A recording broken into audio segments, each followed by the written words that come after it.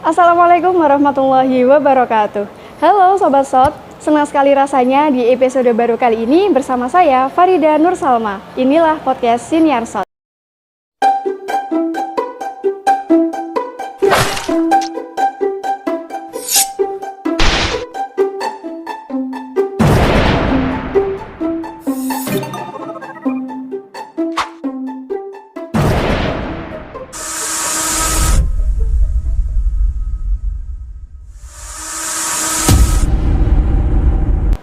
Baik, di kesempatan kali ini kita sudah ditemani oleh Mbak Aini yang merupakan Duta Unibdul tahun 2021. Halo Mbak Aini, apa kabar? Halo, apa kabar? Iya, alhamdulillah aku baik kabarnya. Oke, kesibukannya Kak ini apa nih sekarang? Sekarang lagi sibuk kuliah aja sih sama ikut organisasi-organisasi aja. Oh, masih aktif ya sampai Iya, sekarang di organisasi. alhamdulillah. Oke. Nah, untuk di kesempatan kali ini kita bakal diskusi lebih jauh lagi nih mengenai apa aja sih tipologi mahasiswa yang sering ada di sekitar kita. Untuk itu langsung saja kita tanya ke narasumbernya. Seperti yang kita tahu nih ya Mbak ya, tipologi mahasiswa itu kan tipe-tipe mahasiswa yang sering kita temui nih di sekitar kita. Ada yang aktivis, ada yang akademis. Tapi kalau menurut Mbak Aini sendiri, apa ada lagi sih tipe-tipe yang lain selain itu? Baik, kalau menurut saya kalau udah membahas tentang tipologi mahasiswa, tipe-tipe mahasiswa yang di kampus ini tuh sangat luas dan sangat banyak. Oke. Mungkin yang sering kita ketahui yaitu tipe mahasiswa yang aktivis sama yang akademis. Tapi masih ada banyak nih tipe-tipe mahasiswa yang ada di kampus.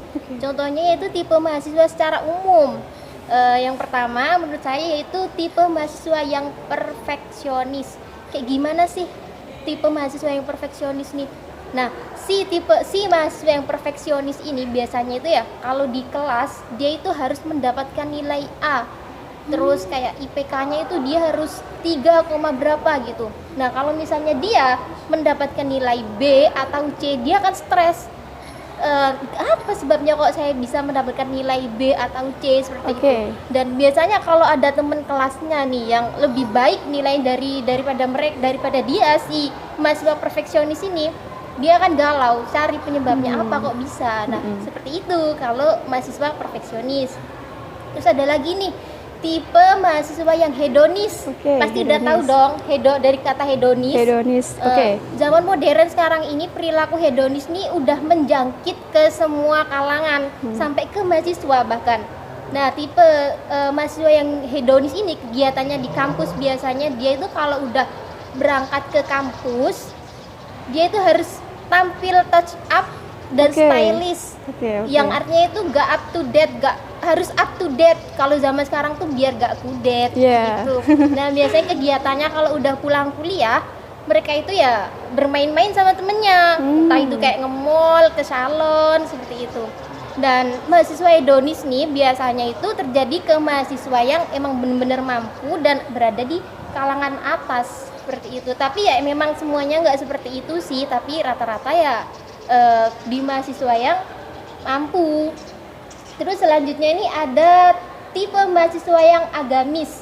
Nah, dari kata agamis kita pasti udah tahu kan, mahasiswa yang emang bener-bener antusiasnya itu ketika ada kegiatan kampus yang emang bener-bener berbau agama.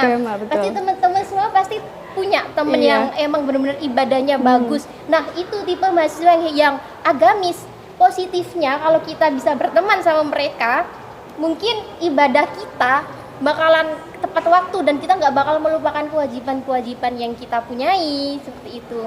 Kemudian ada lagi nih tipe apatis. Nah, dari kata apatis kita pasti udah tahu kan mahasiswa yang apatis itu seperti apa. Mereka hanya memikirkan tentang dirinya sendiri. Kegiatannya apa sih dia di kampus? Kegiatannya yaitu kuliah. Setelah kuliah mereka akan pulang. Ya, seperti itu. Pasti teman-teman punya deh teman-teman yang apatis seperti ini. Mahasiswa apatis ini biasanya ya kalau misal ada peristiwa atau isu-isu di kampus, mereka itu bakalan memilih untuk nggak tahu, nggak peduli tentang lingkungan kampus, karena prinsip mereka selesai kuliah pulang. Itu. Dan biasanya ya mahasiswa apatis ini bakalan sering banget ditemukan di setiap angkatan. Terus mahasiswa yang aktivis itu yang sering kita jumpai, yaitu juga termasuk ke tipe mahasiswa secara umum kan, yaitu mahasiswa yang emang benar-benar sibuk di organisasinya. Terus mahasiswa akademis itu juga sama aja sama mahasiswa yang perfeksionis, ya emang benar-benar mereka itu fokus ke nilai seperti itu. Kemudian juga ada nih tipe mahasiswa berdasarkan aktivitasnya. Ini emang agak unik ya. Singkatan-singkatannya itu seperti mahasiswa kupu-kupu, pasti sering dengar kan? Sering dengar banget itu. Yang kegiatannya itu emang benar-benar kuliah pulang. Betul. Setelah kuliah mereka akan pulang. Apa bedanya sama yang apatis tadi, Kak? Beda. Kalau apatis emang bener-bener dia itu gak mau tahu apapun yang ada di kampus, ya dia kuliah ya udah gitu. Kalau kupu-kupu ini ya emang bedanya tipis sih. Cuman jangan salah, kalau kupu-kupu ini bukan berarti dia itu pulang nggak punya kesibukan. Bisa jadi dia itu punya kesibukan tanpa kita ketahui.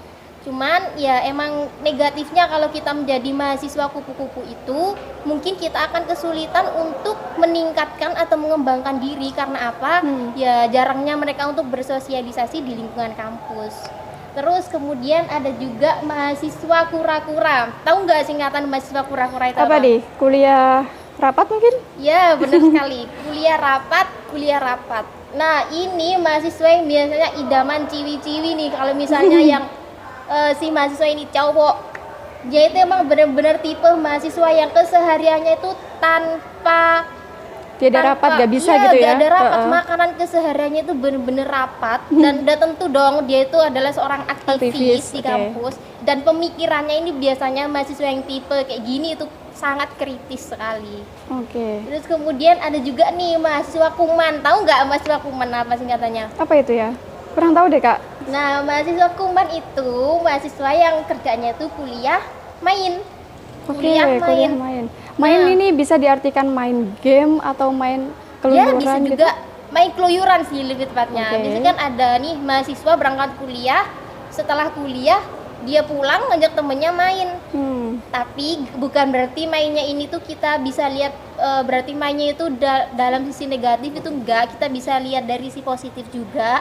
Contohnya misal kalau dia itu udah terjun ke dunia kerja, mungkin kalau dia udah menemukan dan udah merasakan pahitnya kerja keras ini kan pasti butuh have fun kan. Mungkin dia bakalan tahu nih caranya gimana untuk have fun, untuk merefresh badan gitu ya. Biasanya mahasiswa kuman ini meskipun dia itu anak rantau, dia bakalan tahu semua wisata atau semua tempat yang ada di kota dia belajar ini karena emang bener-bener sering main seperti itu. Jadi selain aktivis sama akademis ternyata banyak banget ya teman-teman tipe-tipe mahasiswa yang belum kita ketahui selama ini. Untuk pertanyaan selanjutnya nih, Kak. Ini setelah kita bahas mengenai aktivis, terus ada akademis, ada perfeksionis, ada hedonis juga tadi. Harus gak sih kita tuh sebagai mahasiswa milih menjadi salah satu dari mereka itu? Kalau menurut saya harus. Karena apa? Di definisi di sini tuh harus bukan berarti misalnya kita milih untuk menjadi mahasiswa yang aktivis, bukan berarti kita itu tidak peduli dengan akademis. Kita tetap akademis tapi hanya saja mencondongkan bakat kita itu ke aktivis. Daripada nggak milih sama sekali berarti kita termasuk ke deretan mahasiswa yang apatis. Gitu. Kalau terkait dengan organisatoris nih atau aktivis, kira-kira sepenting apa sih itu organisasi atau ya akademis juga buat mahasiswa tuh pentingnya apa sih? Penting banget kalau kita udah bahas organisasi buat mahasiswa ini penting banget. Yang pertama dari akademis misalnya. Kita secara akademis di kelas kita bakalan diisi tentang teori-teori bagaimana kita misal mengembangkan ini itu kan banyak sekali. Nah kalau misal kita dapat teori, kalau nggak kita praktekkan buat apa? Nah tempat untuk mempraktekkan teori itu menurut saya di organisasi itu tempat yang paling pas buat kita gitu. Sekarang kita sedikit menyinggung ya. Tadi kan di awal perkenalan Kak Aini ini sudah mengenalkan diri bahwa dia seorang duta Unibdu tahun 2021. Boleh tahu gak sih itu caranya biar jadi duta Unibdu itu gimana? Apa lewat organisasi atau cukup akademik aja gitu? Di sini kita bakalan menyinggung organisasi. Ya. Gimana sih saya kok bisa jadi duta Unibdu? Itu kalau sesuai kemampuan saya itu cuma percaya diri aja sih. Saya kok bisa percaya diri ini di mana? saya bisa belajar percaya diri ini itu ya karena di organisasi. Karena di organisasi kita tuh nggak cuman tentang demo terus rapat itu enggak, tapi kita juga bakal diajarin gimana sih percaya diri, bagaimana kita menyelesaikan masalah, terus kita ngomong di depan umum. Nah itu di organisasi bakalan diasah soft skill kita, sehingga kita mempunyai kepercayaan diri. Jadi kalau misalnya kita cuma di kelas kan cuma menerima materi saja, presentasi pun cuman mungkin 50% aja kita bicara gitu.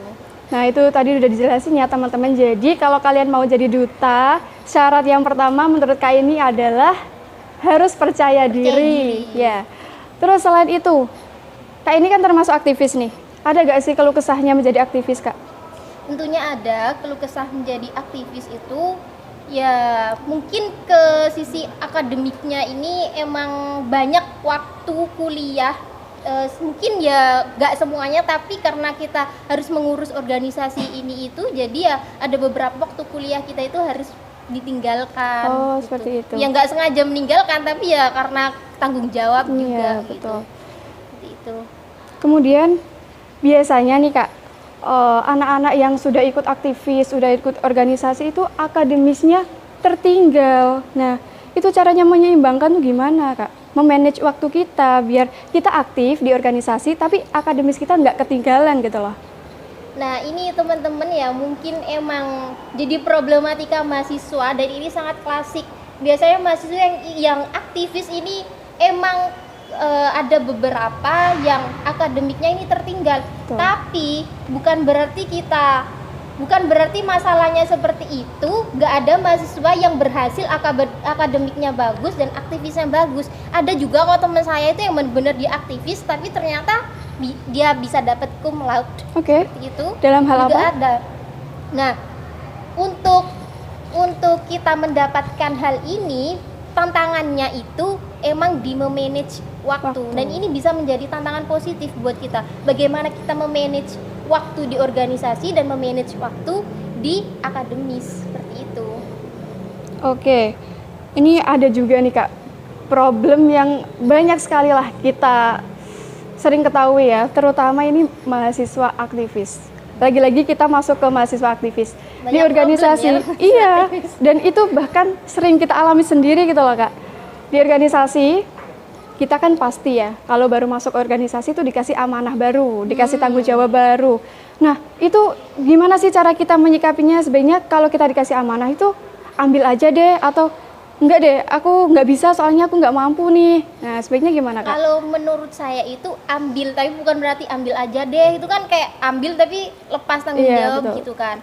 Yang pertama kan yang perlu kita ketahui, ketika kita diberi amanah, tentunya seorang yang memberikan amanah kan pasti udah melihat kita, latar belakang kita seperti apa, karakter kita seperti apa, sehingga seorang itu bisa memberikan amanah seperti kepada kita. Dan yang perlu diketahui nih ya, menjadi orang yang dipercaya itu mahal. Gak semuanya orang bakalan bisa dipercaya. Boleh kita ambil, tapi kita juga harus mempertimbangkan. Tapi bukan berarti mempertimbangkan secara panjang itu. Jangan, mungkin kita bakalan takut gak bisa, takut gini. Ya makanya itu kita belajar ketika kita sudah masuk di organisasi. Iya, seperti itu. Sudah mengemban amanah. Bukan berarti orang yang mengemban amanah itu mereka harus sempurna. Contohnya kita diberi amanah untuk menjadi pemimpin. Bukan berarti kan pemimpin itu sempurna. Namanya juga manusia, kan pasti ada salahnya. Betul. Nah, kita ketika kita nggak mau mengambil amanah tersebut, bagaimana kita bisa mengetahui kesalahan-kesalahan kita dan kita mempelajari dari kesalahan itu kalau kita nggak mengambil. Jadi ya percaya diri aja, kembali seperti tadi itu. Iya betul, percaya diri itu kuncinya ya teman-teman. Jadi kalau mau masuk organisasi, yang penting pertama itu percaya diri dulu. Itu adalah sesuatu yang mahal kata Kak ini tadi, karena kepercayaan orang lain itu sangat mahal. Ada lagi nih Kak, problem lagi nih bahkan banyak sekali problemnya. Kebanyakan mahasiswa tuh baru mau masuk organisasi aja itu udah bingung Kak, bingung menyesuaikan diri sendiri. Aku nih cocoknya masuk apa sih? Teman-temanku ikut ini, aku apa harus ikut itu? Itu sih pentingnya kita harus tahu passion Diri kita, sendiri. Emang sih nyari di passion diri kita sendiri itu emang sulit. Susah, tapi itu harus, karena apa? Kita harus tahu passion diri kita. Ketika kita mengambil sesuatu sesuai passion kita bakal enjoy menjalankan tanggung jawab atau apapun yang kita pilih. Kalau nggak sesuai passion kita, misalnya kita suka nari, tapi masuknya di Banjari misalnya, nggak lucu kalau kita nari-nari di Banjari kan, seperti itu. Jadi nggak boleh ya Kak, kita masuk organisasi tuh aku ikut temanku aja deh gitu. Ya boleh sih, tapi resiko bakal ditanggung sendiri kalau misalnya kita nggak nyaman. Jadi yang pertama harus menemukan passion diri sendiri dulu. Nah itu kuncinya juga, selain tadi percaya diri, harus menemukan passion diri sendiri dulu. Terus tadi sempat menyinggung juga nih masalah tari. Kak ini bisa nari nggak sih? Kalau bisa nari, semua orang bisa nari gak sih? Oh belum tentu. Ada yang pemalu juga belum tentu bisa nari loh. Ya bisa sih, nari itu emang juga passion, juga keahlian. Karena nari itu kan gak sembarang joget ya, pasti ada trik-triknya. Iramanya. Nah itu kembali lagi, kita juga harus percaya diri. Misalnya kita punya passion, kita punya keahlian nari, tapi kalau kita nggak percaya diri, ya kita nggak bakal, semua orang nggak tahu kalau kita itu bisa nari, seperti itu. Nah, dari sekian banyak pembahasan tadi tuh kuncinya yang pertama adalah percaya diri. Mau minta saran nih Kak teman-teman, biar bisa jadi percaya diri seperti Kak Aini itu seperti apa sih? Biar jadi seorang yang percaya diri, gak mudah sih. Untuk percaya sama diri kita sendiri itu gak mudah. Ya latihan. Misalnya kita pengen percaya diri, ngomong di depan umum, itu semua itu butuh latihan, karena gak mungkin misalnya Mbak Salma, seorang yang pemalu tiba-tiba disuruh ngomong di depan umum, ya gak bakal dapet percaya dirinya kecuali kita sering latihan. Jadi makanya teman-teman yang di sini kalau bisa itu jangan jadi mahasiswa yang apatis. Ya karena apa? Kalau misalnya kita cuman kuliah di kampus tuh cuman kuliah, masuk kelas, udah. Nah, kesempatan kita untuk buat mengembangkan soft skill kita itu nggak ada. Jadi ya mumpung kita kuliah dan mumpung ada nih di tempat kampus kalian tuh mewadahi sebuah UKM atau organisasi-organisasi, itu biar bisa kita manfaatkan seperti itu. Nah itu tadi adalah salah satu dari tips biar percaya diri menurut Kak Aini. Tapi baru ada satu nih Kak, baru latihan. Ada tips yang lain nggak sih Kak? Tips yang kedua kalau menurut saya nih ya, ikut organisasi sih. Karena ya emang buat kita menyalurkan kepercayaan diri kita, buat ngelatih apa yang kita punya itu ya karena yang mewadahi itu organisasi. Kan nggak mungkin misalnya kita, ya mungkin sih di kelas mungkin kita bisa latihan lewat presentasi, tapi biasanya nih ya mahasiswa zaman sekarang itu kalau presentasi tuh monoton lihat teks, kalau nggak gitu ya baca PowerPoint.